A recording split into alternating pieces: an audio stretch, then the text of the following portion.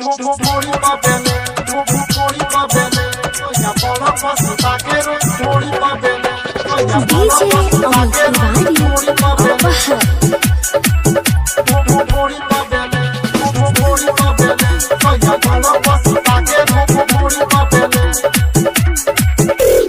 कोई से बताई लागो तासरो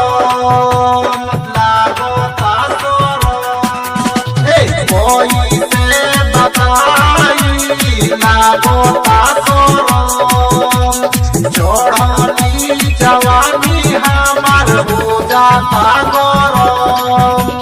चिता सुता के दिल पुता के दरद गड़ी देला सोया बोलो पसुता के रोटी ढोड़ी को बेलेला सोया बोलो पसुता के रोटी ढोड़ी को बेलेला ढोड़ी को बेले सोया बोलो पसुता के रोटी ढोड़ी को बेले सोया बोलो पसुता के रोटी डीजे अमित तिवारी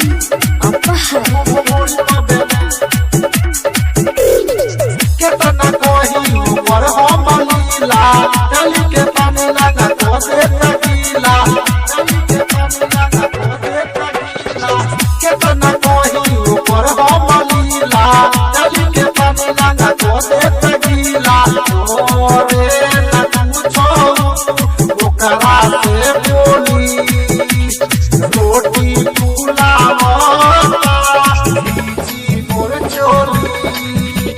बात में हम पता के राइट छिया को देला सोया बोलो पसुता के रोटी ढोड़ी को बेलेला सोया बोलो पसुता के रोटी ढोड़ी को बेलेला ढोड़ी को बेले सोया बोलो पसुता के रोटी ढोड़ी को बेले सोया बोलो पसुता के रोटी डीजे अमित तिवारी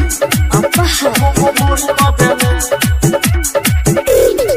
जब भी जंगल से वही परेशान हो ढोड़ी पराठा कर देता जियान हो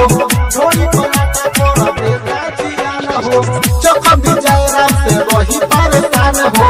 ढोड़ी पराठा कर देता जियान हो परादी पप्रेमी मुरारी अनमोल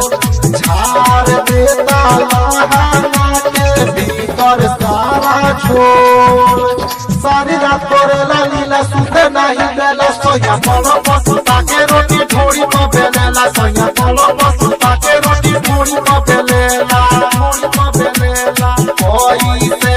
बताई लागो तासरम